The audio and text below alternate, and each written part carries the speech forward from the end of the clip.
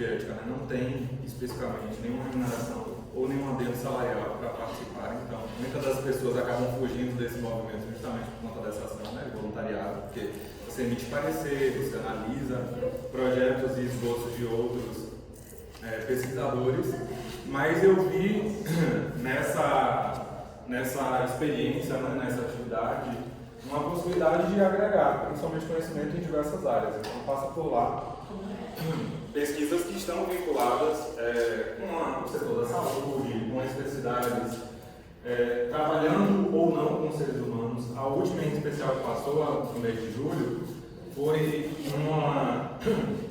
um combo de 500 esqueletos que a universidade ganhou. E eles estão fazendo uma análise, né, os pesquisadores dentro daquele ambiente, para caracterizações morfológicas daqueles esqueletos. Então, passa de tudo, passa de pesquisa a seres humanos até dentro desse cenário, os restos mortais, dentro desse viés. Então, é bem desafiador, mas também uma experiência bem significativa para quem tem a oportunidade de fazer parte. Existe uma normativa, né, em relação a essa ação.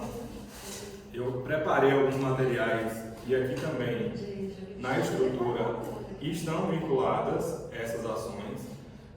Para quando chega, né, um documento específico lá, eu tenho basicamente uma planilhazinha que me apoia na caracterização da avaliação da plataforma. Então, eu já vou citar, né, como funciona a plataforma, a estrutura dela, mas esse documento em especial é basicamente um checklist para observar se aquele trabalho se enquadra ou não na estruturação da plataforma Brasil.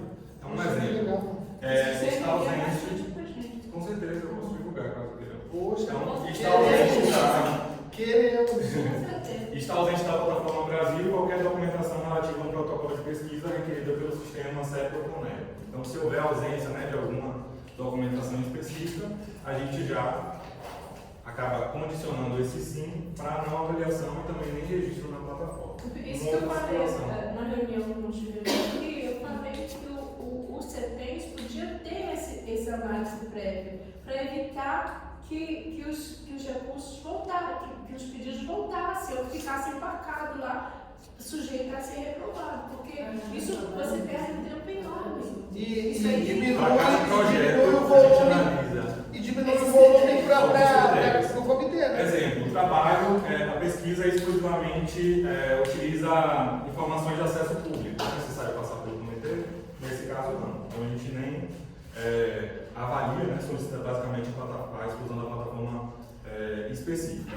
Se trata de uma pesquisa que utiliza informações de domínio público, dados públicos ou privados que se encontram disponíveis sem restrição ao acesso ao cidadão, não precisa.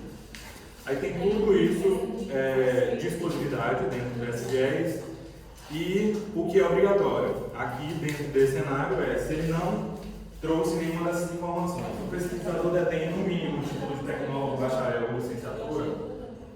Caso ele, dentro desse cenário, não possua, a gente tem não avaliar nem identificar. Solicitar a exclusão também da prova.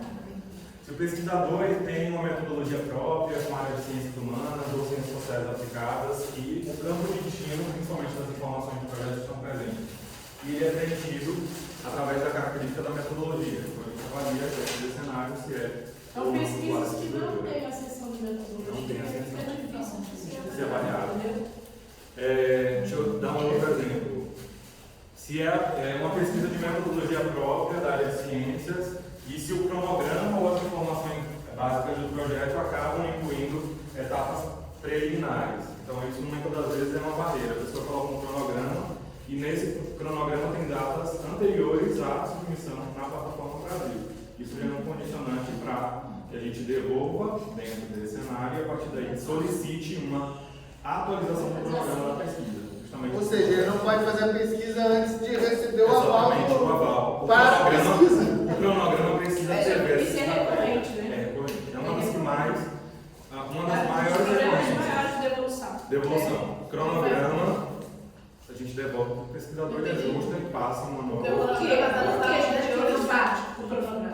Porque você tem que colocar para o seu orientador, para a sua instituição, a data de início do doutorado, do mestrado e do doutorado. Né? Aí você colocou lá. Então você não pode dizer que você começou a pesquisa agora, no segundo semestre. você entrou no primeiro semestre, então você quer provar que você está fazendo pesquisa desde o início, nem que seja pesquisa bibliográfica. E aí, quando você joga esse dado na plataforma, ela recusa, porque você só vai começar a pesquisa depois que tiver autorização. Exatamente. Tá? Não importa o tipo da pesquisa, porque essa pesquisa, aí você, é engraçado, porque, ou então você divide, coloca pesquisa bibliográfica e separa. Isso foi feito antes. E a pesquisa de campo, você joga no pacotinho da pesquisa de campo. Entendeu? Você faz um recorte. Uma outra coisa, há um protocolo de pesquisa, indicações suficientes para o participante para que ele tenha em algum momento a oportunidade de esclarecer suas dúvidas quanto ao processo de comunicação através do TCLE. Então, o participante pode, em determinado momento, entrar em contato ou com o próprio comitê de ética ou com o pesquisador. Se existem ausências de informações dentro desse cenário, a gente acaba, de certa forma, listando como pendência e, a partir daí, volta novamente para a inclusão dessa documentação. Então, são basicamente normativas. A gente não, só para vocês terem ideia, chegam a ser 172 mais ou menos instruções, é um checklist em relação aos projetos que são submetidos ali. O projeto de pesquisa apresenta o seu objetivo de pesquisa, se não, listar como pendência. Então são etapazinhas bem específicas que a gente preenche. Depois chama o minuto de chata. José, você vai disponibilizar esse material? Nós vamos trabalhar com Eu vou mostrar antes disso o bastidor, né, dessa análise. Para que vocês entendam que não é uma coisa solta, né? A gente tem uma hierarquia, principalmente de condicionantes em relação à estruturação da submissão do projeto, e são cerca de 8 mil estudantes. Não é a UERJ, né, com seus 28 mil, mas a gente tem cerca de 8 mil estudantes nas instituições. Mas é as duas, né? Que é bastante, junto com as duas, né? O NEF e o Unifam. Ali existe um grupo, um CLT, um comitê local. Isso, existe um comitê local da instituição. Né? Eu faço parte do comitê local do hospital. Isso é interessante também dentro desse viés. E a gente pode fazer um recorte dentro desse cenário para falar sobre outros comitês que existem. Eu posso puxar a lista para vocês também, que está disponível na plataforma Brasil. Certo. Mas antes disso, vamos lá para rememorar alguns termos. Já que a gente começou a falar sobre o comitê de ética, é um órgão colegiado e interdisciplinar, isso é interessante, né? De citar, como eu falei anteriormente, é um serviço voluntário, eu acredito que o seu também seja, né, Gilberto? Dentro desse viés, então tem professores de todas as áreas, desde a área da saúde, ciências humanas, as aulas. Entre aspas, né? Porque você é dispensado da sua aula para ir lá, você não é. No meu caso, é dentro da minha carga horária. Não. Dentro desse cenário. Se é dentro da carga horária, já não é mais. Entendeu? As reuniões acontecem até dentro do intervalo. Não é voluntário, entendeu? Claro. Você entendeu? Mas no nosso caso, não é não voluntariado. existe dispensa de aula para participar das comunicações. Sim. Via portaria, Não é dentro da minha carga horária. O que acontece? A gente tem aula vespertina e noturno, dentro desse intervalo tem o descanso, né, remunerado, e a partir daí as reuniões acontecem dentro desse viés. Como eu falei, é um trabalho voluntário e não tem necessariamente uma obrigatoriedade de participação. Então, a instituição não te condiciona a participar, é um trabalho completamente voluntário. Sim. Mas tem os ganhos indiretos. Por exemplo, você está aí dando aula de que você é do comitê de ética. Entendeu? Tem esses ganhos indiretos. Você coloca no seu currículo que você é do comitê de ética. Mas na universidade pública, a professora acaba indo atrás de uma outra realidade, que é você pode ser liberado de algumas atividades específicas para isso. Isso para mim é uma realidade. salário. Isso é uma realidade específica local dela. No nosso caso, tem essa estruturação do ser voluntariado dentro dessa vertente e nenhuma ação remunerada, mas, como eu falei inicialmente, o ganho é principalmente de conhecimento e de troca entre os pares, né? A gente acaba conhecendo outros projetos e também intervenções bem significativas dentro desse viés. A professora Carmen também definiu que é o CONEP, né, que é a Comissão Nacional de Ética e Pesquisa, na hierarquia, né, está lá no topo, dentro desse cenário. Pode usar esse Tudo que vocês imaginarem. Inclusive a legislação. A apresentação, a legislação, os materiais. A gente também trabalha nisso. O TCLE, vamos passear, tem muita coisa dentro desse cenário. Então, o que é importante? Garantir principalmente a proteção dos participantes da pesquisa e a qualidade ética dos estudos. Como é que a gente consegue observar esse viés? Muita gente fala, poxa, será que o comitê de ética só existe para órgãos do pesquisador? Pelo contrário. Ele existe para apoio, principalmente dos participantes. A Para garantir proteger integridade e o proteção, exatamente, dos participantes e, por consequência, a qualidade ética dos processos da própria pesquisa. Então, é importante a gente, muitas das vezes, né, desce a ripa no comitê de ética, mas é um trabalho extremamente importante, necessário e que preserva muitas das vezes vidas, pessoas, histórias e vivências. Então acaba sendo fundamental, né, essa estruturação.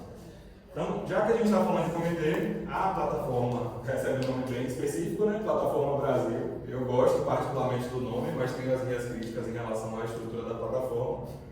Então, ela é uma plataforma online nacional e ela acaba unificando para registro, também análise, né, e monitoramento, bem como controle de pesquisas que envolvem seres humanos. Então, na SEAG inicial, a gente tinha uma vertente um pouco mais voltada para a área da saúde, até por características, né, de testes de medicamentos, remédios, fármacos, testes um pouco mais específicos dentro dessa.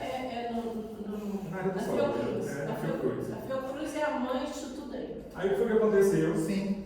As pesquisas foram avançando e dentro desse cenário novas legislações surgiram, principalmente para a proteção dos indivíduos, e dentro desse cenário foi importante abarcar novas ações. Então é literalmente construir uma estrutura em cima de uma outra estrutura pré-existente. Então tem algumas lacunas bem específicas na plataforma, Sim. principalmente em relação a temas enviesados do pesquisador. Daqui a pouco eu explico um pouco mais sobre isso. Essa é a plataforma, basicamente a visão inicial dela. Eu vou explicar um pouquinho como é o processo de cadastro. No meu caso, eu tenho 2 cadastros no CEP, um que é o de pesquisador e o outro de membro de comitê de ética. Então eu consigo acessar algumas informações que eu não posso espelhar para vocês por conta dos próprios documentos que são sigilosos. Mas eu fiz alguns recortes do que eu posso mostrar como membro do comitê e o que eu posso mostrar como pesquisador. Dentro desse viés, a gente tem 5, vocês estão vendo? 5 colunas. Cada coluna dessa tem um objetivo específico dentro da plataforma Brasil. Eu trouxe recorte do que cada uma delas representa. A gente tem esse bloco 1. No tópico a gente já tem, né, sistema, SEB, CONEP, que é a apresentação básica dessa estrutura de bloco. E aqui a gente tem 4 bloquinhos subsidiários dentro dessa vertente que nos trazem as resoluções normativas, como a professora Carmen falou. A gente acabou fazendo, né, uma parte do Drive com grande parte desses materiais, e isso vai ser disponibilizado na posteridade, mas é ali que fica a documentação que contempla principalmente as normativas e também todo o CEP e o CONEP. Dentro desse cenário a gente tem manual para o pesquisador, tem manual para o participante da pesquisa, tem manual para os membros do comitê. Exatamente. Tudo que vocês imaginarem de documentação existe lá dentro desse cenário. Algumas são bem específicas, como é o caso, a gente separou uma que é de perguntas mais frequentes. E esse material é bem bacana porque a gente consegue ver quais são as perguntas mais frequentes dos pesquisadores que estão submetendo a plataforma, né, dentro desse cenário projeto. E a partir daí, eles vêm respondendo todo esse viés. Em relação à acessibilidade, eu tenho as minhas críticas. E a primeira delas é, no YouTube a gente tem 17 vídeos, eu separei também isso em uma playlist para vocês. E dentro dessa construção, a gente só tem um material que é para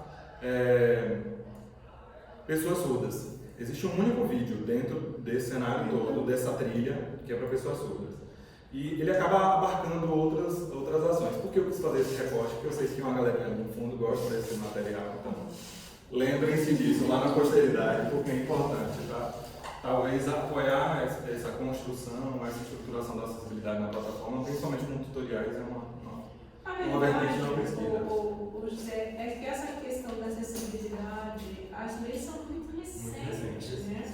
Então a gente, para adaptar isso, para você colocar isso, um dos motivos que eu vim para cá foi isso, que eu queria aprender de perto do meu, porque na Universidade da UERJ, por exemplo, é uma das pioneiras na questão das pessoas idosas, adolescentes, tem o Rompendo Barreiras, que faz leitura de livros para cego, para surdo. Então a gente tem um desenvolvimento enorme na área de deficiência, mas está muito aquém do que é desejado. Dos 17 vídeos, a gente só tem um na trilha, né, de apresentação da plataforma Brasil, que mostra esse apoio, principalmente a pessoa surda. Na verdade, não é tão novo assim, porque a LBI fez 10 anos esse ano. Então, assim, na verdade, é um descaso mesmo que as pessoas, a sociedade em si, ela tem com as pessoas com deficiências. Então, assim, em 10 anos, a gente avançou realmente muito pouco. Né? Como é que uma plataforma dessa? Talvez seja isso. Só tem um vídeo.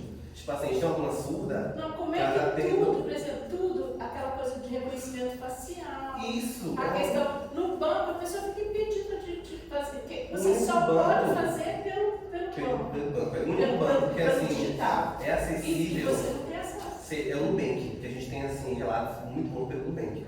Mas assim, é um descaso muito grande mesmo. A gente tem uma surda tendo muitos problemas justamente nessa questão de enviar os documentos para a plataforma, porque não tem informações, ninguém tem informação para ela. E é por isso que eu fiz esse recorte, porque eu sei que o pessoal de engenharia, né, de tecnologia assistiva, tanto o Lucas como o Mariana dentro desse cenário. Então, já fica aí o gancho para a produção de materiais específicos sobre a plataforma Brasil para apoio. Catucar mesmo. É isso. E até intervir em alguns processos.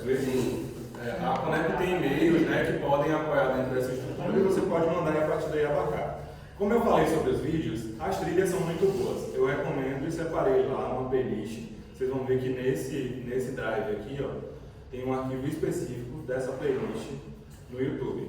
Ele está aqui embaixo, já com esse título. Tem esses manuais, são bem interessantes, viu, gente? Playlist YouTube. Isso. Aí tá lá, junto com essa estrutura, a gente vê. São tutoriais mesmo. São bem informativos e por isso eu quis fazer. Aí resolvi botar na mão do José, porque eu fiquei enlouquecida. Tem a apresentação, cadastro de usuário, como funciona, o cadastro da instituição, né, caso a instituição não seja cadastrada, o que é o pesquisador assistente dentro de um processo de pesquisa, como ocorre o processo de submissão, tanto na primeira, na segunda e na terceira etapa, a solicitação de alteração do pesquisador responsável, porque isso também acontece, né, em caso de morte ou demissão, o pesquisador responsável pela pesquisa ele é substituído na plataforma, um novo processo, né, criado e a partir daí essa estruturação acaba acontecendo. Respostas de pendências na plataforma, então colocam exemplos bem práticos de como essas pendências acabam escorrendo. Além disso, a submissão da emenda, a solicitação da retirada de um projeto de pesquisa, envio de notificação para a plataforma Brasil, né, como você acaba fazendo esse processo, tanto de submissão como de análise. Ali tem alertas da plataforma sobre dados divergentes e como ela comunica essa ação dos dados.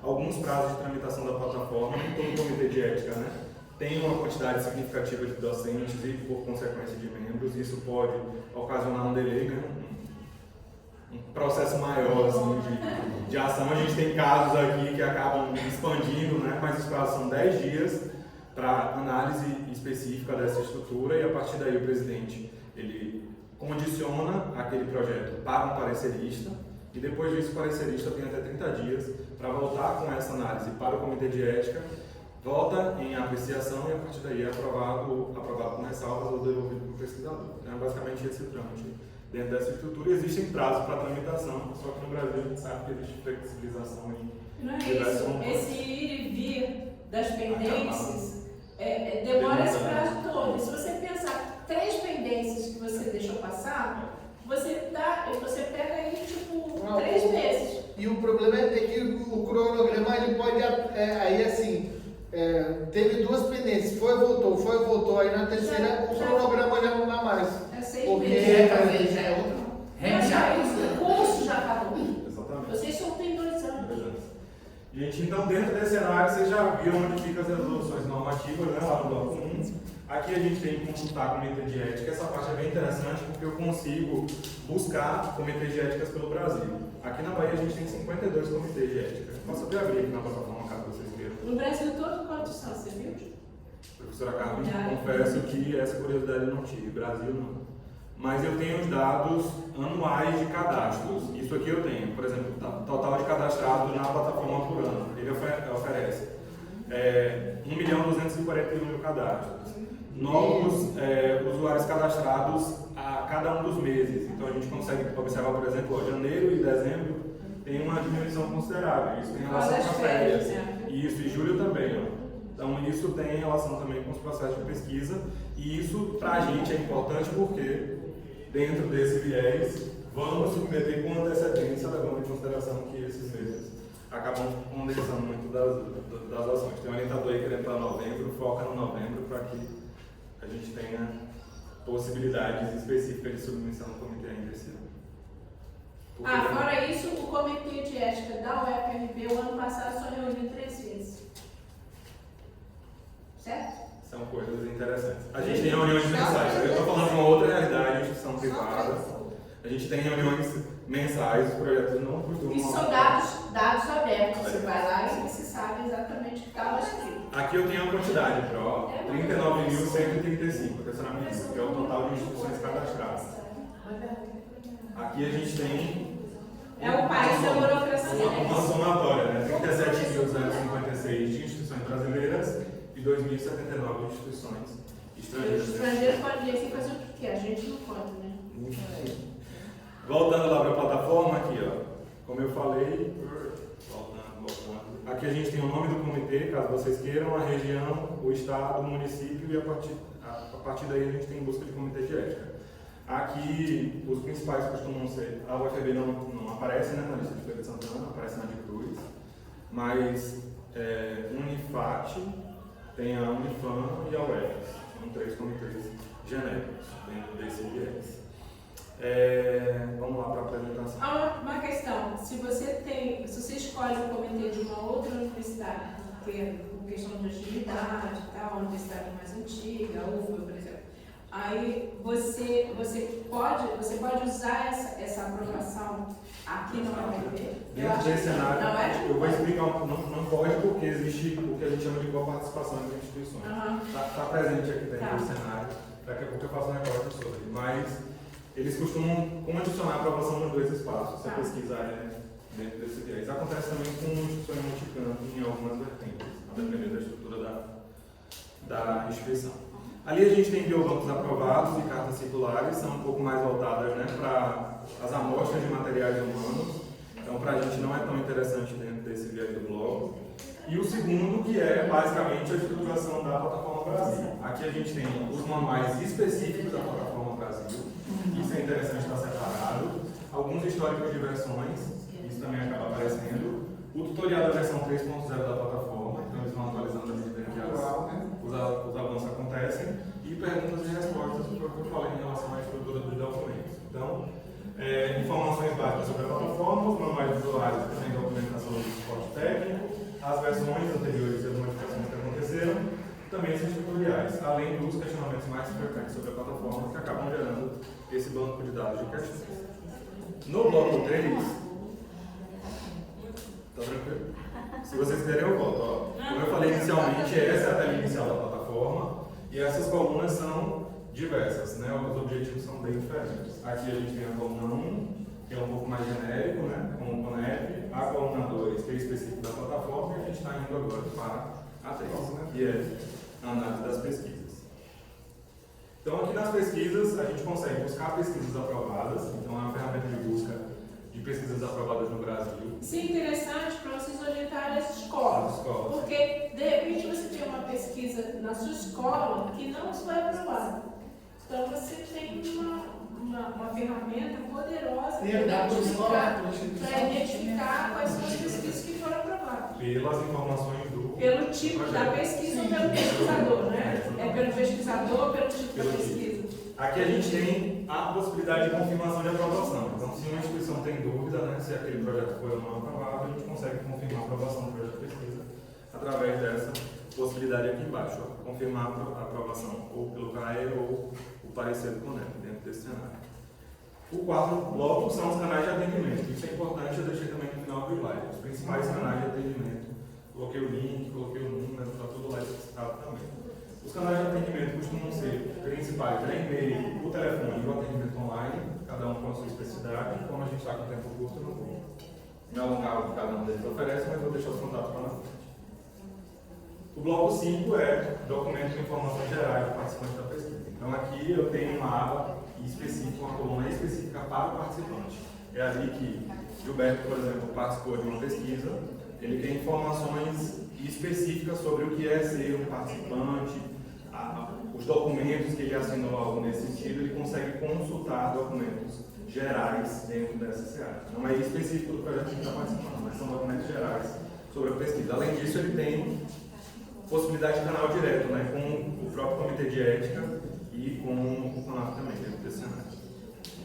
Como é o cadastro? Porque muitas das vezes as pessoas falam, poxa, o que é que eu vou fazer? O primeiro passo é Se cadastrar, como é que a gente vai fazer? pesquisador, exatamente. O primeiro passo é o cadastro do usuário e também o seu vínculo institucional. Como eu falei, eu tenho os 2 vínculos e o terceiro pela previsão. Mas para iniciar o cadastro, eu abri uma aba genérica que a gente pode tentar. Então, no nosso caso, a gente vai colocar o vínculo com a UFRB. Exatamente, dentro desse cenário sim. Então, o cadastro do usuário é necessário para acesso à plataforma. Ele está lá no cantinho, assim, cadastre-se. Eu mostro lá na estrutura daqui a pouco, mas existem alguns documentos que são obrigatórios que você já pode separar antes do seu cadastro acontecer, né, dentro desse viés. Primeiro, o currículo. Pode ser um currículo comum, no meu caso eu coloquei lá, se deu tudo certo. Um documento digitalizado e também uma foto para identificação. Além disso, título acadêmico de escolaridade, então, para ser pesquisador responsável, tem um condicionante que é possuir no mínimo graduação. Alunos de pós-graduação podem optar por ser pesquisadores responsáveis ou não. Então é interessante que essa conversa também aconteça com o orientador de vocês, mas na maioria das vezes ele é o principal e a gente entra como subsidiário dentro dessa estrutura. Até para que algumas modificações mais específicas do projeto sejam com eles e não com a gente dentro desse cenário. Então, o que você nos aconselha? A gente, independente de a gente submeter a pesquisa, a gente pode fazer já esse Vocês já cadastro? podem fazer esse Ou cadastro. mesmo para fazer o cadastro, o ideal seria dialogar Vocês. com o orientador, não necessariamente. Sinceramente, eu acho que tudo que você faz Antecipa, dentro né? desse cenário Tem que passar por institucional é interessante que você converse. Professor, qual a sua opinião? Faço logo meu cadastro. Eu tive um momento inicial, né, dentro desse cenário, para conhecimento da plataforma, já assisti alguns dos vídeos, já entendi um pouco como funciona. Você aconselha que esse cadastro aconteça? Eu acho interessante que todos tenham. Explicar a explicação disso. Quando você faz esse cadastro, você automaticamente, quando a gente pede para fazer uma pesquisa cadastrada na instituição, você vai não para essa plataforma, mas para uma outra no CNPq. No CNPq, o líder da equipe do grupo de pesquisa é o orientador. E aí, se você coloca você como pesquisador principal, sem consultar o orientador, você acaba obrigatoriamente criando um vínculo como pesquisador principal lá no CNPq. Então, o ideal seria esse diálogo, porque uma equipe de pesquisa, ela depende desse fluxo, né? Ter um pós-doutor, um doutor, um mestrando, o aluno de graduação, até o aluno de iniciação científica. Mas essa hierarquia do grupo é importante para a instituição. Tá? Então, se você pretende se tornar pesquisador no futuro, ter um vínculo com o pesquisador, aí sim, aí você deve fazer independente. Porque aí você já vai criar a sua hierarquia. Tá? É isso. Mas são duas coisas São duas distintas, coisas tá? Uma coisa é o cadastro, Mas outra ele coisa é a vai buscar submissão do essa projeto. Mas tudo acontece na mesma plataforma. Exatamente. Vamos para o cadastro. Então, dentro desse cenário, tem um vínculo com uma instituição. Então, marque a opção sim e que deseja vincular uma instituição de pesquisa. Utilize basicamente a opção de buscar instituições. Grande parte delas tem uma FEB já para lá, então você busca e vincula. Eu criei o meu antes de ser membro do CEP. Então, dentro desse cenário, eu já tive o cadastro, né, validado essa estrutura, e depois surgiu uma nova aba sendo membro do CEP. Mas vamos lá para o cadastro. José, Fica aqui, que foi? Eu fiz o cadastro na plataforma do Brasil, eu estava concluindo bacharelado em psicologia. Aí, no caso, para uma nova pesquisa dentro do mestrado, teria que ser um novo cadastro ou uma atualização? É o mesmo cadastro. Você vai fazer só essa etapa aqui, ó, que é o vincular-se à instituição que você Aí eu está. vou mudar. Se for uma instituição diferente, né? Porque o outro foi na UFS. Tranquilo. Então acontece isso. Você acaba no login, eu até mostro como cadastro para você ver. fazer só uma aplicação. Então, lá na plataforma Brasil, você lembra uma das colunas que eu tinha acabado de falar? Então aqui a gente tem informe o seu e-mail, informe a sua senha para o seu já tem cadastro. E as duas coisas importantes que o brasileiro ama. Esquecer senha. E o segundo é cadastrar-se em novas plataformas. Então, dentro desse viés, o cadastrar-se para a gente é importante. Eu coloquei uma seta bem pequena lá para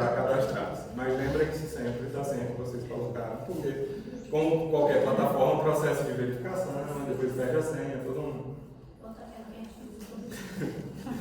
Aí qual a tela inicial? Eu fiz alguns testes na plataforma para mostrar para vocês a mensagem por as Expressado pesquisador. Para ter acesso à funcionalidade da plataforma, é necessário possuir um login e senha de acesso ao sistema. Para efetuar o cadastro, é necessário ter uma cópia digitalizada do documento de identidade com fotos submetido ao sistema, e eles especificam, né? O formato tem que sair com JPEG, o não envio do documento provoca a não efetivação do cadastro, então é interessante que vocês tenham cuidado, principalmente nessa análise. E ele faz uma notazinha sobre a plataforma Brasil, que a implementação ela foi iniciada lá em 2011, mas que, caso você queira realizar o seu cadastro e a instituição não esteja disponível na relação de cadastrada, você pode entrar em contato com o CEP de sua unidade para obter maiores informações em relação à instituição no qual você quer se cadastrar. Como é o cadastro? Eu vou mostrar o meu feito e vou mostrar esse modelo. Então, cadastro na plataforma Brasil. O que é que você precisa? Especificar sua nacionalidade, cadastro bem genérico. O CPF, a descrição do documento que você está condicionando, maior título acadêmico, se existe alguma especialização acadêmica, perceba que é obrigatório, né, dentro desse viés.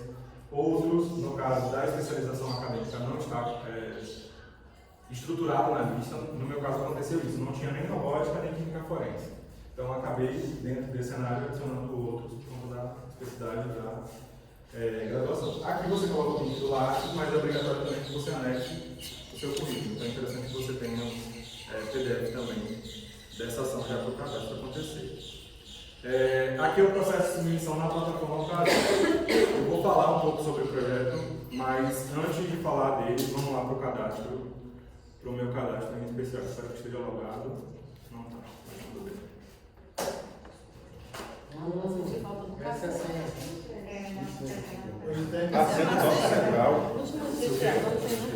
Ele é meio criptografado mesmo, mas eu entendo a estrutura.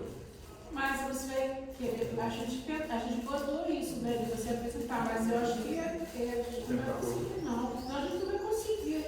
Aqui tem que jogar quase parando. Você pegar a minha redinha aqui, tá mais rápido. Eu acho que eu consigo aqui, pronto. Vou colocar no bota aí o seu telefone. Eu jurava que a senhora estava falando sobre o tempo. Falei, meu Deus, Não, tá curto. Tá curto, tá bem curto. Pra tudo que a gente imaginou, tá bem.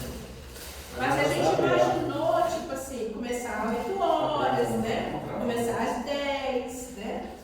Eu quero também, fica só distribuindo. Tá bom. Eu tô sem moral nenhuma nessa sala, nossa Esse jeito, viu? Vou te falar. Desse jeito não tá demais. Cadê a Glória? Eu não trouxe porque eu vi de um. Vai ter que ser minha rede mesmo, tá?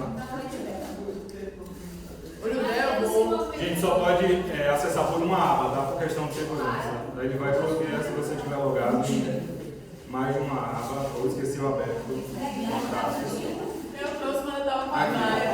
Eu vou sentar Tá, mais eu perto. vou sentar só um pouquinho, tá? Eu vou sentar mais perto. Vocês conseguem observar? Aqui eu tenho 4 tags. A primeira é público, que é basicamente aquele cenário bem parecido com o inicial, sem ter feito login. Aqui eu tenho meu nome, aqui aparece que eu sou membro do CEP, e além disso tem algumas informações específicas. A primeira é de pesquisador, então aqui eu consigo cadastrar tipo de projeto de pesquisa, analisar o pesquisador responsável, a última notificação, o número, algumas palavras-chave. Aqui é a lista de projetos de pesquisa. Dentro desse cenário a gente consegue organizar essa lista com uma coluna do próprio Esse Excel. título pode ser depois alterado? Eu especifico isso em 2 situações. A gente tem o título real e o título mais detalhado dentro desse viés da pesquisa. Mas é interessante que todas as informações, quando submetidas, elas não passem por atualizações. A gente tem 2 tipos de atualização, eu já falo sobre elas. Mas vamos lá para o cadastro. É um número específico que é gerado. Depois que você insere. Isso. Gera e a partir daí você consegue pesquisar. Mas eu quero mostrar para vocês os meus dados. São sensíveis, mas nem tanto, não, tá na internet. Então, isso aqui, ó. CPF, descrição do documento, nome social caso tenha, o sexo, o órgão emissor, a cor, a raça, a maior titulação, basicamente o endereço residencial, os documentos que eu anexei e falei para vocês dentro desse cenário, se deseja vincular alguma instituição, sim ou não, e aqui são as instituições que eu tenho, como eu falei, O grupo nobre, né, é um grupo macro e acaba abarcando as duas instituições, tanto o INFAM quanto o NEF, e aqui a Universidade Federal do Recôncavo da Bahia.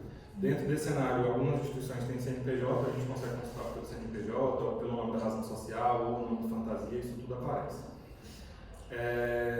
Sobre o meu cadastro do CEP agora. Percebam que nem todo mundo vai ver essa abazinha aqui. Então aqui eu tenho condições, eu não vou mostrar para vocês os projetos, porque como eu falei anteriormente, né, existem ações. Mas caso eu queira catalogar, sei lá, aguardando validação, ou recomendação da CONEP, ou os que ainda estão aguardando parecer do colegiado, eu consigo filtrar as minhas pendências quanto avaliador dentro do comitê e a partir daí delegar ou apoiar dentro dessa estrutura. Em relação ao cadastro, existe alguma dúvida? Cadastro da plataforma em si? Eu vou usar ele dessa. Não é otimamente isso. Na hora que for fazer, já vai lá. Agora a gente vai para a segunda Eu etapa. quero fazer só a folha branca mesmo, porque eu já mudei na nossa apresentação. Tranquilo. Aqui é o processo agora, Cristiano, que é um pouco mais específico do projeto. desce que é Então, o ótimo. processo de submissão da plataforma Brasil em relação ao cadastro de projetos de pesquisa. Então, o cadastro de projetos, o início da submissão de novo projeto de pesquisa, então é bem simples. Você vai ver que lá na aba, se vocês quiserem, ao invés de mostrar a apresentação, eu posso mostrar o processo de submissão na própria plataforma. Então, aqui tem algumas ações que eu posso mostrar. Ó. Já que não está aberto. Pesquisador. Aí, dentro desse cenário, vocês estão vendo aqui no cantinho tem nova submissão e tem opções projeto anterior. Essa em especial é para projetos que vieram antes de 2012. Então é interessante que a gente venha aqui em nova submissão e a partir daí vem as obrigatoriedades dentro desse cenário para que a submissão aconteça. Percebam que tem 5 colunas lá na frente e eles têm uma coisa específica por 5. São 5 ali, outras informações até fechar o processo de submissão do projeto. A pesquisa envolve seres humanos na qualidade de participante da pesquisa, individual ou coletivamente de forma discreta ou indireta, em sua totalidade ou parte dela, incluindo o manejo de informações ou materiais. Maiores informações, vê resolução 466 ou a resolução 510. Isso também está anexado aqui. Específico para educação. Para educação. Tá? Isso. A gente tem aqui, ó, também anexado todas elas. A gente mostra em breve. Pesquisador responsável, não sou eu, né, dentro desse cenário. Eu tenho um grupo de pesquisa lá no Unifam, eu falei inicialmente, né, a professora Carmen não quis falar no meu currículo, estava enorme, mas eu tenho um grupo de pesquisa. A cara da professora. Ela deu uma crítica ali no meu currículo, você não viu não? Foi. Tá enorme, professor.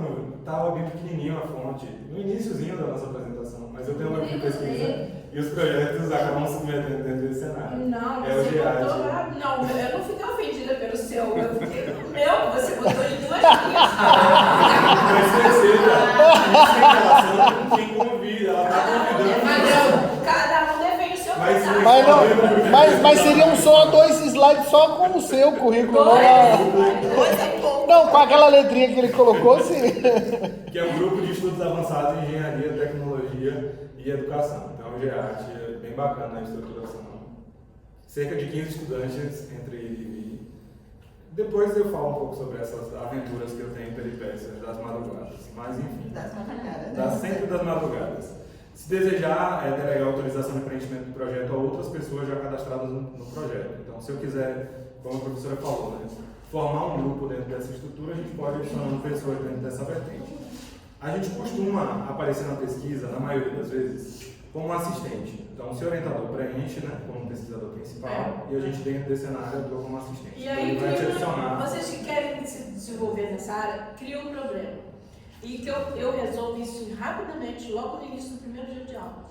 Pegar CPF, endereço, número de matrícula, o mínimo, o básico.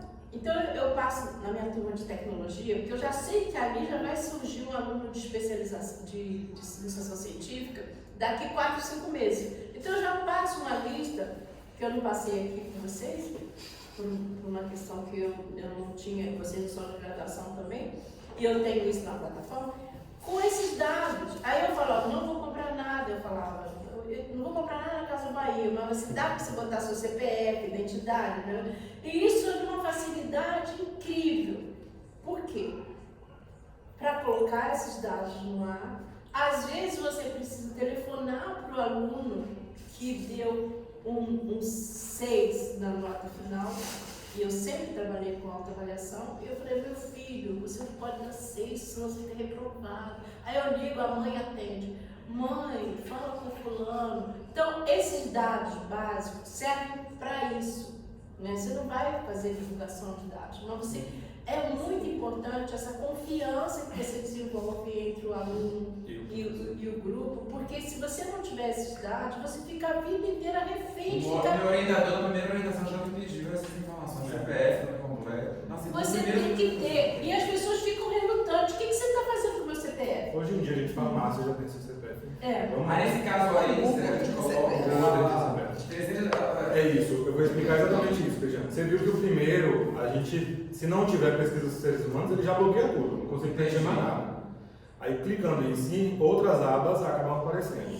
Informe o modelo que eu preciso preencher. Tem um modelo simplificado e um modelo completo. Só que, nem por dinheiro. exatamente, ele ainda não está disponível para o público geral, então a gente sempre utiliza o simplificado dentro desse cenário. Se deseja delegar ou não o preenchimento desse projeto a pessoas já cadastradas no sistema. Como eu falei, o seu orientador vai preencher como pesquisador principal e, caso queira, com certeza vai querer, vai te adicionar em especial como um co dentro desse cenário, ou colaborador, Ou pesquisador. ou pesquisador. Mas nesse caso, tem que procurar ele, é isso? Isso, ele que vai pesquisar. Toda essa parte de pesquisa, fazendo isso aí? toda essa parte de pesquisa, orientador, mas eu estou apresentando porque você pode, em determinado momento, orientar outros essa parte aí estudantes. não sou eu. Você faz o cadastro na plataforma. Ok. A estruturação de como vai o pesquisador principal vai Eu ser tenho feita. cadastro, porque aí quando ele puxar, vai. Exatamente, é interessante que você tenha um cadastro justamente para essa Entendi. consulta. Karen, você se importa? Acho que você é a única que está aqui. Não. Então chega aqui rapidinho, só para colocar aí. Para colocar a senha? Isso, não, é só o Esquecer a CPF. senha. Faça todos os seus bens. Não, se não quiser. Não, eu acho que nem precisa, gente. Vocês entenderam que se tivesse. Não precisa, não. Tá tranquilo. Agora já Obrigado. Eu quero um abraço então.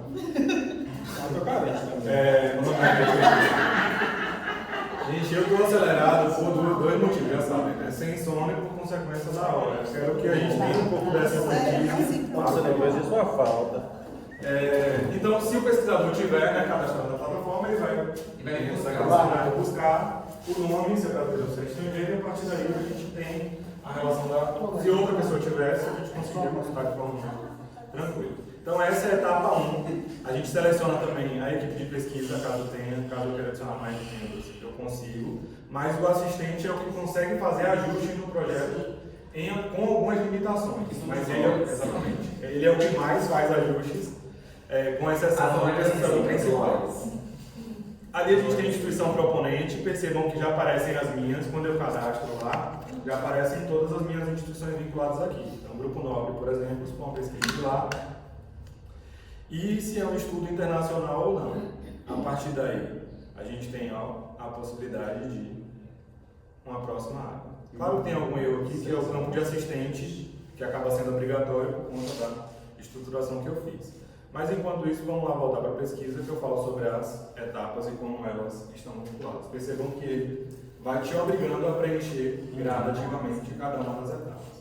E é importante. Então, o acompanhamento do projeto. A gente consegue também naquela aba, a visualização do status do projeto e também o envio do CEP. Como anda, as informações sobre feedbacks que o CEP te forneceu, se existe ausência de algum documento, tudo isso é feito também pela plataforma Brasil. Cristiano fez uma pergunta excelente, é o que a gente chama de emendas e modificações. O primeiro é o envio de modificações, a gente chama de emenda do projeto. Né? Então, se existe a necessidade de alguma emenda, dentro desse cenário, a gente consegue submeter ao CEP essas modificações específicas do projeto. Mas, novamente, não é o recomendado. É interessante que tudo esteja literalmente, né, o mais próximo, específico e o mais próximo do real, para que você não tenha um retrabalho e, novamente, tenha o seu projeto postergado em alguns meses, semanas. E aí, se eu já disse que envia essa modificação, o prazo também Aumenta, fica mais curto? A gente tem essas estruturas, né, de celeridade. Quando a gente fala de até 30, é porque pode ser menos ou mais, mas todo mundo deixa para. Como é mensal, por exemplo, a nossa experiência é: se existe modificação, Por depois de 30 exemplo, a gente dias. estava conversando semana passada com um colega daqui que ele está na outra turma. Ele falando, olha, eu já tenho 5 meses esperando com resultados. 5 meses? 5 meses. Desesperador isso, como é que eu vou? A pesquisa da ação levou 1 ano e meio. Todas as vezes que ela modifica o grupo, ela consegue fazer em 6 meses. Então, já contou aí 2 anos. A minha pesquisa demorou 1 ano e 8 meses para entrar no DEGAS e depois mais 1 ano e 8 meses para entrar na... Então, você tem realmente que ter uma previsão. E você tem que ter realmente uma perspectiva de futuro. Mas, Importância do cronograma. mas são 2 anos, É, gente. só tem 2 Por anos. isso É por isso. Um mês pra Quanto mais a qualificação É. for antecipada, com mais subsídios nós. É que só pode depois da qualificação. Vamos lá. Aí modificações. A gente tem muita coisa. Eu acho que eu não passei de 5 slides. Tem mais uns 20 aí. Mas vamos lá. Quais são as notificações? A plataforma ela também permite, né, documentos adicionais. Se não for uma errata, entra com notificação dentro desse cenário. Recursos. Há uma possibilidade de contestar pareceres, principalmente em caso de não aprovação. Daqui a pouco eu falo sobre os pareceres. Eu trouxe um recorte de um parecer que a gente fez também, que não aparece nem no projeto de pesquisa, nem em estrutura, mas para que vocês tenham essa dimensão. Processo de submissão da plataforma. Eu deixei também na apresentação por aqui. Se vocês tiverem, né, qualquer dúvida, essa apresentação vai estar disponível, vocês conseguem vir aqui na nossa submissão, mas novamente, conversem antes todo esse processo com o editor de vocês. Essa parte é importante. Foi uma discussão que a professora Carmen fez há uns 15 minutos atrás sobre a instituição. Se eu tenho um comitê de pesquisa, né, de ética de pesquisa, com mais celeridade, será interessante dentro desse viés? A gente tem uma nomenclatura específica para instituições. Primeiro, instituição proponente. Percebam que eu trouxe, entre aspas, o cérebro do projeto intencionalmente. É ela que, de certa forma, figura como a principal instituição. É onde o pesquisador responsável trabalha e por onde ele apresenta a pesquisa. Então, no caso dos orientadores, dentro desse viés, ele está vinculado com essa instituição proponente. Pense nela como sendo coordenador de todo o estudo e, a partir daí, o pesquisador responsável tem um vínculo direto e bem específico, bem restritivo com essa instituição. Exemplo, um professor da Universidade X, ele desenvolve um projeto de pesquisa e a Universidade X será, basicamente, a instituição proponente. Existem outras definições. Agora, a instituição participante. Por que isso é importante? Porque na hora de preenchimento de termos, principalmente para o CEP, esses termos precisam estar chancelados pela instituição de ensino, ou a proponente, ou a estruturação da participante. Em breve a gente fala sobre os termos. Mas, no geral, o que é essa instituição participante? É basicamente uma extensão, mas essa extensão tem uma liderança própria. Então, exemplo, se for uma colaboração FRB ou Unifans, dentro desse viés, a gente vai submeter 2 projetos para a CEPES e terão nesses projetos lideranças próprias. Um que é a matriz do projeto e o outro que é basicamente a instituição participante. Beleza? Então, significa que a pesquisa está acontecendo nela de forma integral e simultânea à instituição proponente. A diferença crucial é basicamente que a instituição participante ela vai ter um pesquisador responsável específico em loco para subsidiar essa estrutura e, por consequência, ele também precisa submeter a pesquisa replicada ao CEP da instituição, que é a instituição participante. Deu para entender? Eu tenho uma segunda... Isso implica uma rede de pessoas que você tem que ter. E você não nasce com ela. Essa rede você tem que construir. Entendeu? Aqui, por exemplo, eu não pude botar meu projeto porque eu não tinha 3 pessoas do programa que quisessem trabalhar comigo. Então, eu não tinha como Eu estou fazer. preocupado com o tempo, mas vamos lá. Então, exemplo, a pesquisadora da Universidade X também será realizada na Faculdade Y. Então, se eu tenho uma pesquisa acontecendo, né, na Universidade X e também em uma Universidade Y, a Faculdade Y é uma instituição participante do Estudo da X, mas terá um professor ou um pesquisador responsável para coordenar a pesquisa em loco. E o último e não menos importante, que é o que aparece com mais frequência, é basicamente a instituição co-participante. E ela, né, estrutural, é apenas uma parte do projeto e essa instituição ela desenvolve alguma etapa da pesquisa. Então acontece muitas das vezes de você cair em escola, né? ela acaba atuando dentro desse cenário como instituição co-participante dessa pesquisa. Então não é necessário que ela preencha um novo projeto no CEP, não. Existe dentro desse cenário o ponto-chave, que é o pesquisador responsável, sempre o mesmo da instituição proponente, aquela X lá de cima. Então, não há um novo pesquisador responsável nessa instituição, diferente da que tenha colaboração, né, dentro dessa estrutura. Então, para a pesquisa do professor X, alguns dados serão coletados em uma escola municipal Z. A escola municipal Z é uma instituição co-participante dentro desse cenário. Então, o professor da Universidade X, ele continua sendo responsável pelo estudo e, por consequência, é o único pesquisador responsável por aquela pesquisa. Então, tem essas 3 definições. Eu vou sintetizar nesse slide aqui que cada uma delas faz. Mas antes disso, vamos falar sobre algumas dessas etapas. Novo projeto, o projeto anterior, já mostrei lá na prática, né? Antes de 2012, o projeto anterior, os novos projetos são sempre naquela novo projeto. Informações preliminares da etapa 1, que é basicamente o preenchimento dos dados do pesquisador principal, o assistente da pesquisa e também a equipe de pesquisa. São aquelas informações que eu mostrei detalhadas, né? Na plataforma para vocês, com base em quem é o responsável, quem é a equipe, né? Dentro desse cenário. Quem é o assistente de pesquisa, ele pode preencher, pode submeter o projeto, mas as ações são basicamente de responsabilidade do pesquisador responsável. Então, como eu falei, tem limites do que pode ser feito pelo assistente de pesquisa. A equipe de pesquisa são basicamente os integrantes que participam desse desenvolvimento, mas não têm acesso ao projeto do sistema. Isso é importante também ficar enfatizado. Tem gente que participa, mas não tem acesso a todos os dados do projeto, basicamente o participante. A instituição proponente, ela determina basicamente o CEP para qual o projeto vai ser encaminhado. Como eu falei, no nosso caso, por 2 instituições, vai para o mesmo CEP. Aqui costuma ser o CEP da própria UFRB. Todo mundo sabe o que é CEP, né? O que é CEP? 45 mil, mentira. O que é CEP? Nada.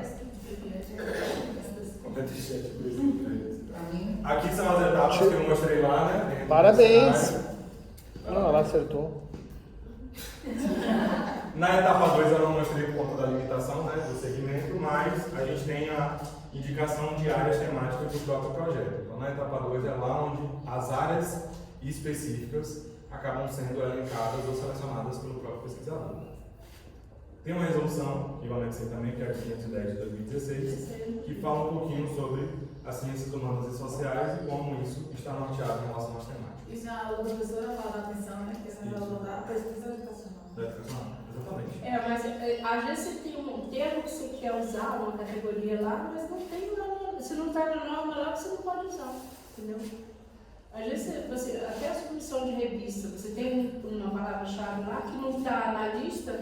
Agora na CAPES tem isso. Se não tiver na lista de termos que a CAPES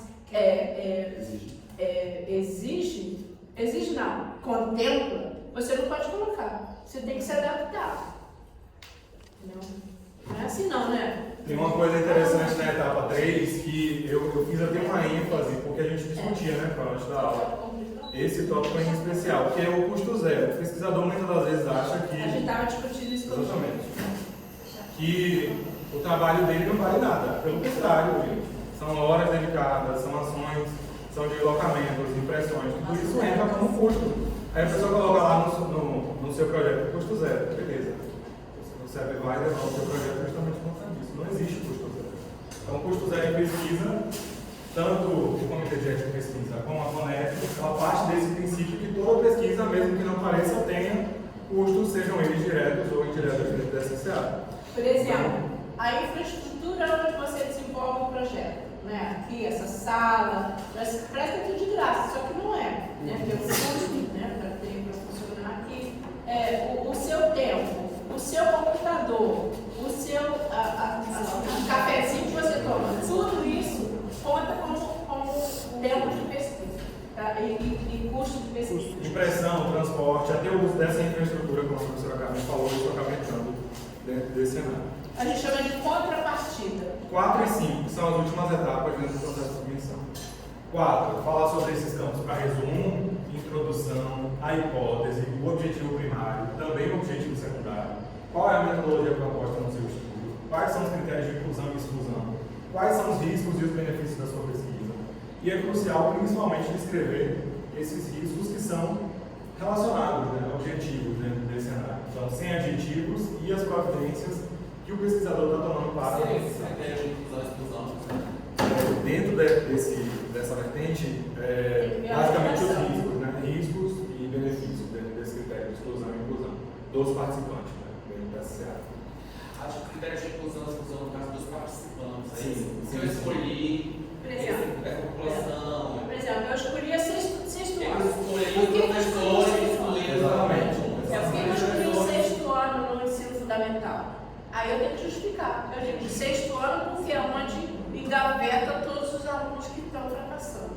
Então, aí você mostra uma estatística. Tantos alunos no sexto ano fracassam em relação ao primeiro, segundo, terceiro que passa batido. Então você mostra a evidência, aí entra o trabalho do Rodrigo, né? A evidência de percentual que vai justificar você incluir aquele grupo e não o outro. Aquela pessoa e não a outra. Tá? Eu queria mostrar para vocês, mas é basicamente uma árvore. Fica uma árvorezinha de subpastas em que você vai adicionando essas informações. Então, dentro desse cenário, a etapa 4 é a que a gente está mais acostumado a fazer. Então, acredito que seja menos problemática dentro dessa estrutura, porque é basicamente um esqueleto do projeto de pesquisa. Mas é interessante que esses riscos, e o comitê bate muito nessa questão dos riscos, para os participantes. Né? Será que vai ter um ônus? Até um simples questionário pode fazer um risco bem específico para o participante.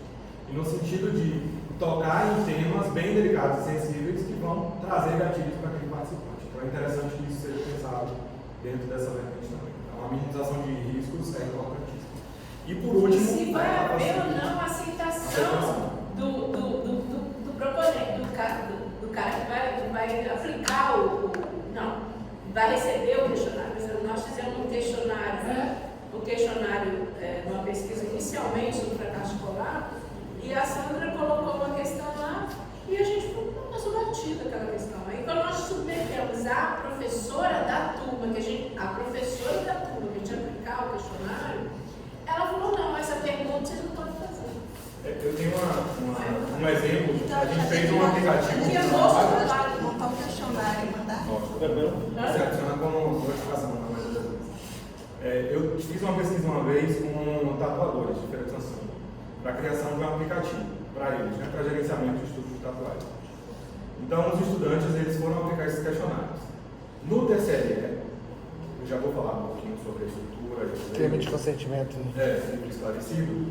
Eu indiquei lá, algumas questões são sensíveis à prática do próprio tatuador. Questão de valor, quantidade de cliente, tudo isso pode ser um gatilho em relação à estrutura. Então a gente tem que pensar essa minimização e também prever esses riscos no próprio TCLE. E a etapa 5 é a inclusão de grupos de pesquisa, se o estudo é multicêntrico, né? No nosso caso, a UFRB, muitas das vezes, existe essa questão da colaboração entre os centros, e existe também essa realização de coparticipantes dentro desse estudo.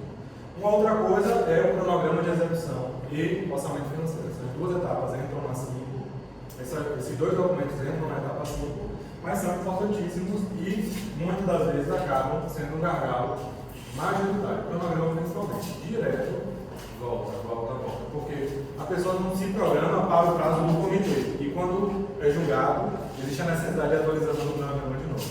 Então é interessante que você já coloque uma frente dentro dessa pesquisa, levando em consideração esse período, digamos assim, de submissão e também de análise do próprio comitê.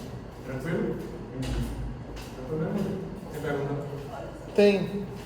Eu tô pensando, em relação assim, a pesquisa, falar pesquisa comum, essa submissão eu vou fazer apenas se eu for fazer a entrevista ou qualquer outro tipo Qualquer outra de ação. Como formação. Eu vou te mostrar um exemplo, uma outra coisa que eu trouxe. Eu trouxe 2 TCLEs da UFRB. E se eu for fazer entrevista e formação, eu posso submeter de uma vez só? Você submete um único projeto, mas tem essas especificidades no próprio projeto. Eu já mostro que o TCLE Eu vou aumentar meu trabalho.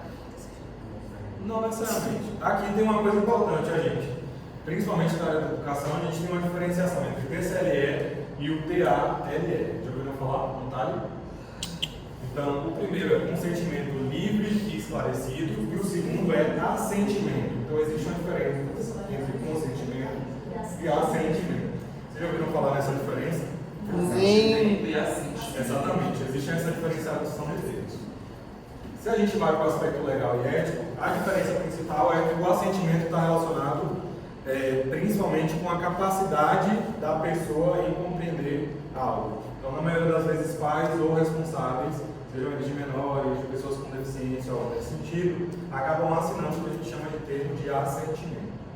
Certo? Uma coisa não onera a outra, eles podem conversar de forma muito específica, mas para menores a gente costuma ter essa recomendação de ter o termo de assentimento. Então, qualquer consentimento, né, residente, principalmente nessa capacidade da pessoa em compreender e decidir sobre a sua participação no estudo e, por consequência, seja ele de uma pesquisa ou uma atividade como um contexto. O consentimento ele refere-se a essa permissão dada por indivíduos maiores de idade e o assentimento é a concordância expressa isso mudou por alguma razão, idade, condição mental. Porque isso quando, acaba, de certa forma, quando eu fiz a graduação, como a gente vai para a clínica, a gente precisa do termo do TCLE. Mas e aí eu fui com criança, e aí o pai que assinou. Tem gente que une os dois, mas existe essa diferenciação específica entre os dois. É recomendado que o termo de assentimento esclarecido esteja estruturado. Eu vou mostrar para vocês.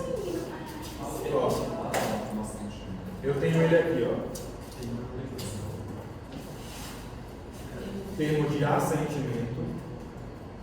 Existe uma resolução. Porque no município, quando os pais são responsáveis por fazer a matrícula dos meninos na rede municipal, eles assinam um termo para liberar o uso da imagem das crianças e para liberar a gente também para fazer pesquisa. Se a gente quiser. Aí seria consentimento ou assentimento?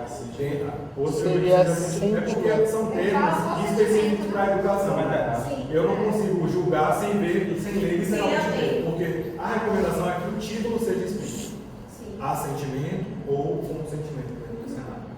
Mas eu acredito, por experiência da escola, que essa estrutura, principalmente de imagem e voz, seja pertinente no processo de matrícula mesmo. As instituições até de nível superior já trazem essa recomendação. Viram que o Nunes usou, o professor Francisco usou um outro termo? Eu acho que em psicologia tem um outro termo aí que eu não conheço, que ele usou.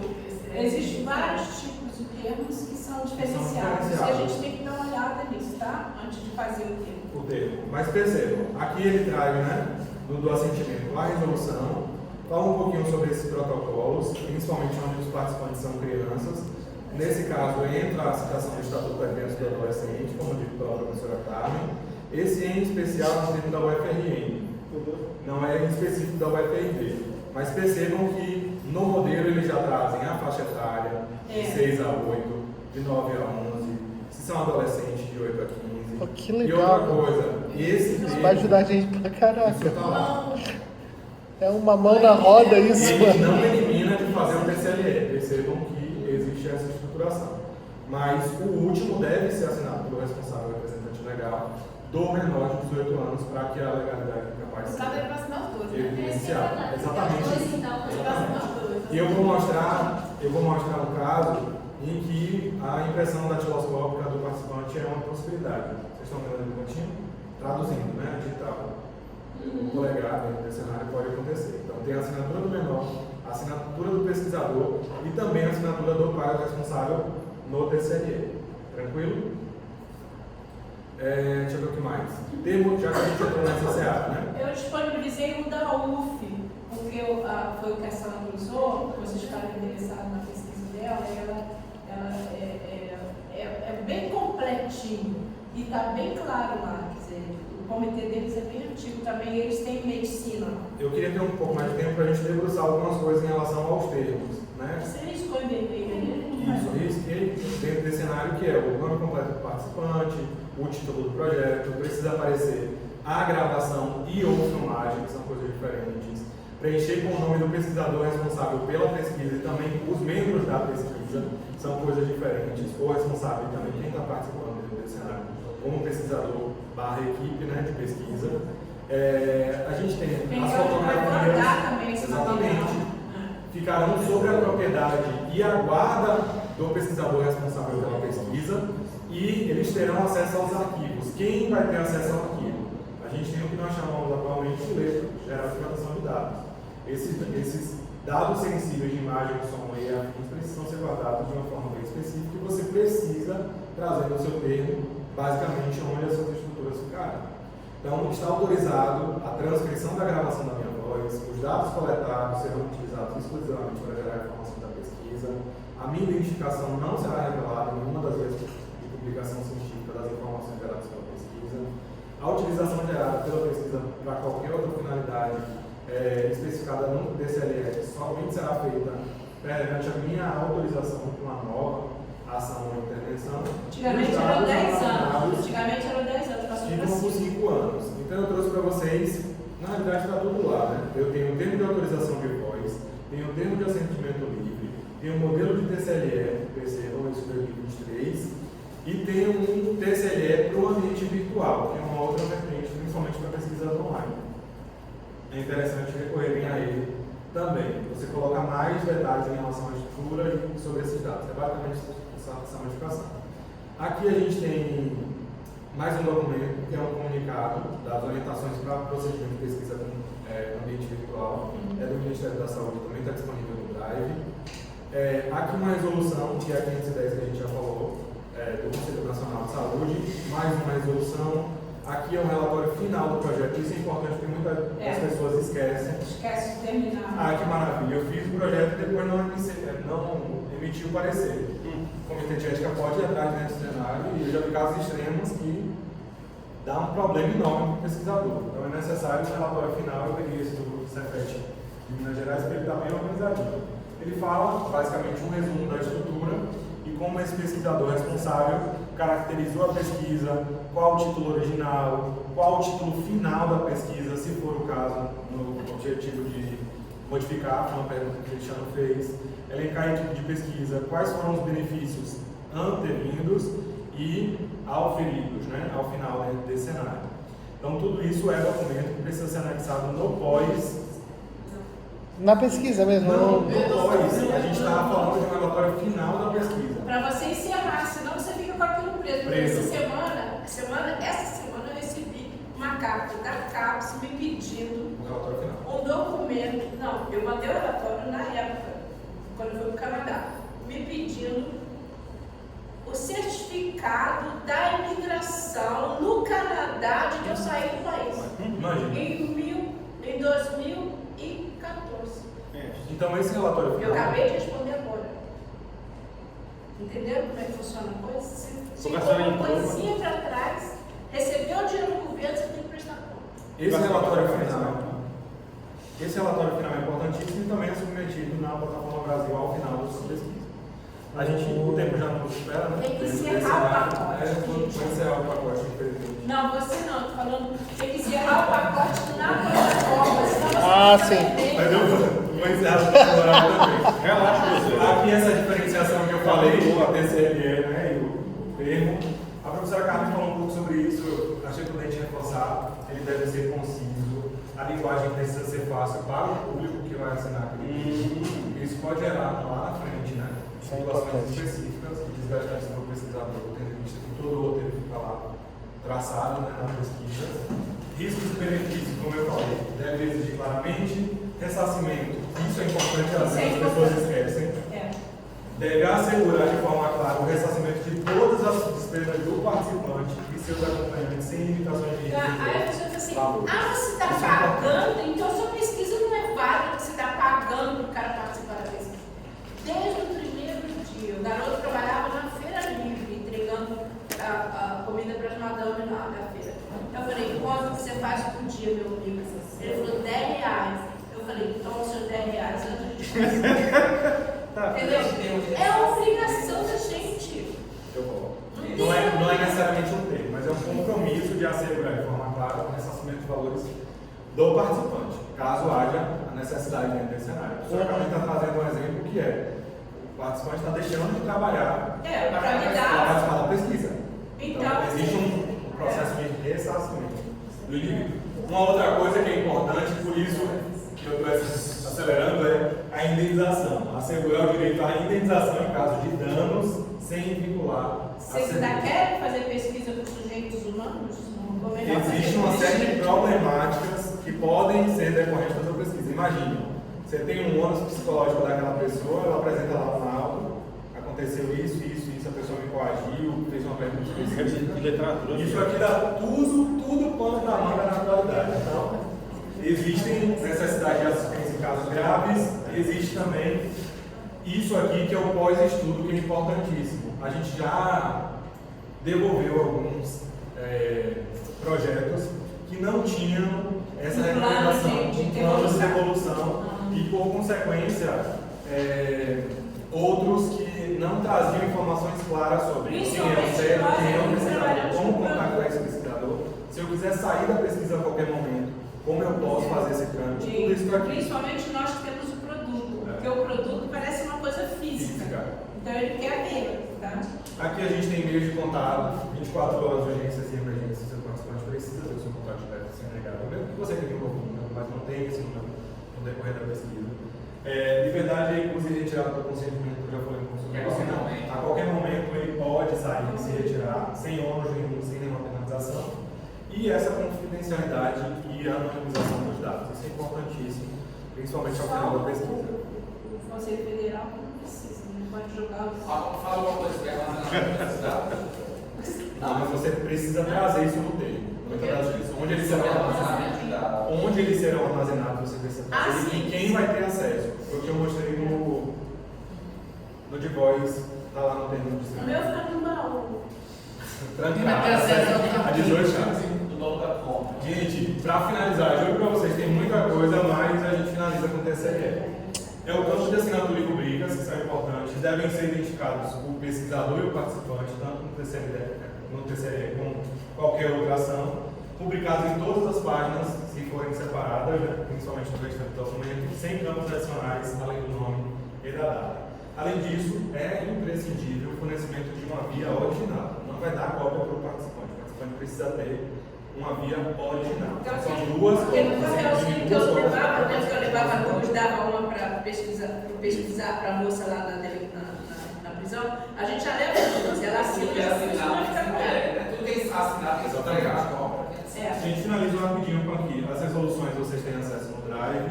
O cronograma de execução é importantíssimo. Então, definam o orientador. Eu vou. Já está aqui para mandar. Deixa eu mandar para vocês. Já está aqui a ponto de bala para mandar na sessão. Não, só para saber o nome da pasta. Não, eu coloquei café com pesquisa ética. O projeto detalhado precisa ser o mais minucioso possível. Populações vulneráveis, precisa haver uma justificativa para a escolha, o professor Carmen falou um pouco sobre isso. Ambiente virtual, tem todas as etapas não presenciais, precisam ser previstas nesse cronograma, informando principalmente esses riscos do ambiente virtual.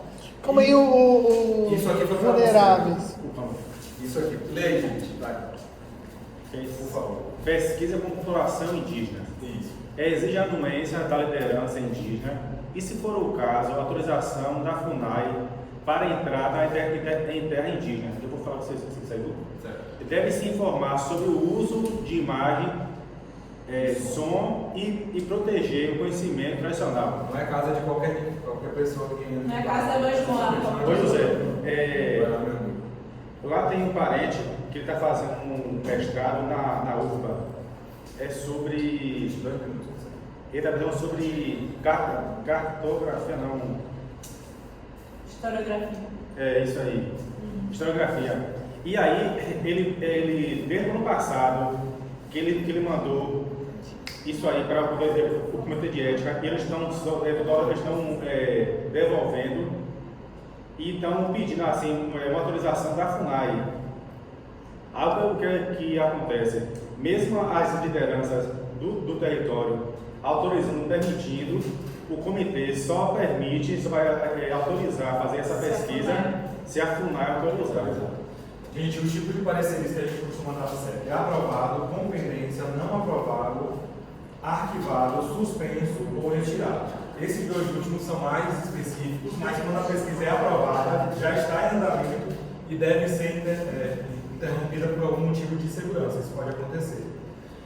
E retirado quando o sistema ele acata a solicitação do pesquisador responsável mediante uma justificativa plausível. Então são dois casos mais extremos dentro desse tipo de parecer. Eu particularmente nunca forneci essa ação do comitê. Hoje estamos conectados virtualmente. Sim. Até dia 25. É o que é Uma mais foto, 25. nem tiramos essa foto. Gente, eu finalizo aqui. A gente não fez foto ontem, mas tem cá. Hoje é um compromisso. Ali são dúvidas frequentes que vocês encontram no folheto. Eu anexei todas as dúvidas, a maioria das dúvidas na plataforma. Aqui são os contatos da plataforma Brasil, e-mail. Olha o desrespeito com o professor lá. Bom, gente, eu não sou de novo. Agora nós. Eu preciso. Precisa sim. E aí depois você manda de novo. Aqui são os contatos, e-mail, telefone e chat. Aqui tem ainda mais contatos, só que são da Conect. E, para finalizar, eu queria mostrar 2 documentos rapidíssimos.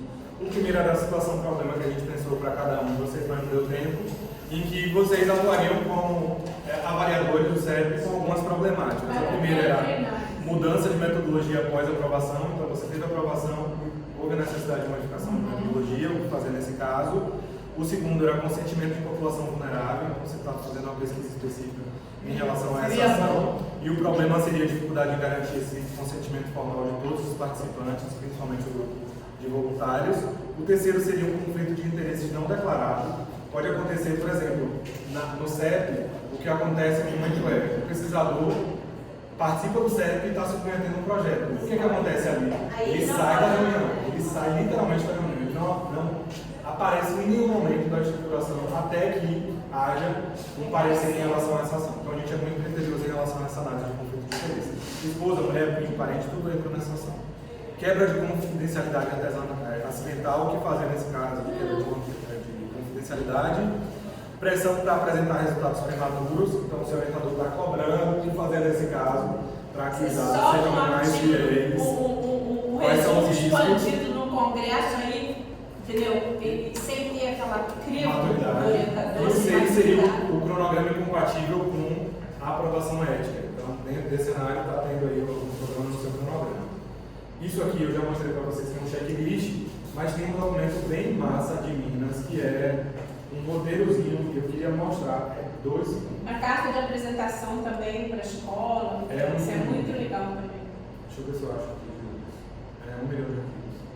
É igual a minha mente. Parabéns, José. Você. Parabéns, cara. Para vocês, tentei, mas. Não, caraca. Hoje a gente sai daqui com muitas informações importantíssimas. Checklistzinho, mas eu mostro depois. Você tem o nome e sobrenome. Escolheu perfeito, né? Aqui, achei. Tiro certeiro, professora. É de Minas, é do Cefet também. A professora Carmen até elogiou Minas e não foi intencional, porque você Não, eles são bem organizados. Mas eu achei sobre isso. bastante significativo esse material, porque ele te dá os documentos obrigatórios para a submissão. Então, folha de rosto, tem o projeto de pesquisa original na íntegra, texto em português, documento editável, né, eles pedem em PDF ou outras ações, tema, objetivo, relevância social, objetivo já falei, local de realização, a população a ser estudada, quais são as garantias éticas do participante, qual o método a ser utilizado, qual o cronograma, qual vai ser o orçamento, os critérios de inclusão, riscos e benefícios, critérios de encerramento, qual o TCLE, o que precisa ter em cada um desses TCLEs, o termo de assentimento, como eu falei já em relação à estruturação, a declaração de anuência, em especial de instituição proponente e também a declaração de anuência de outras instituições, que são as instituições participantes, como eu expliquei lá no início. Qual vai ser o instrumento de coleta de dados, qual vai ser a declaração de responsabilidade do pesquisador responsável, qual o currículo Lattes desse pesquisador responsável e os outros documentos que você achar necessário dentro desse processo de análise. Aí você tem que anexar Tudo isso, exatamente, na plataforma, e como eu falei, vira uma árvore e é bem interessante de ver essa estrutura. Se vocês quiserem, pode.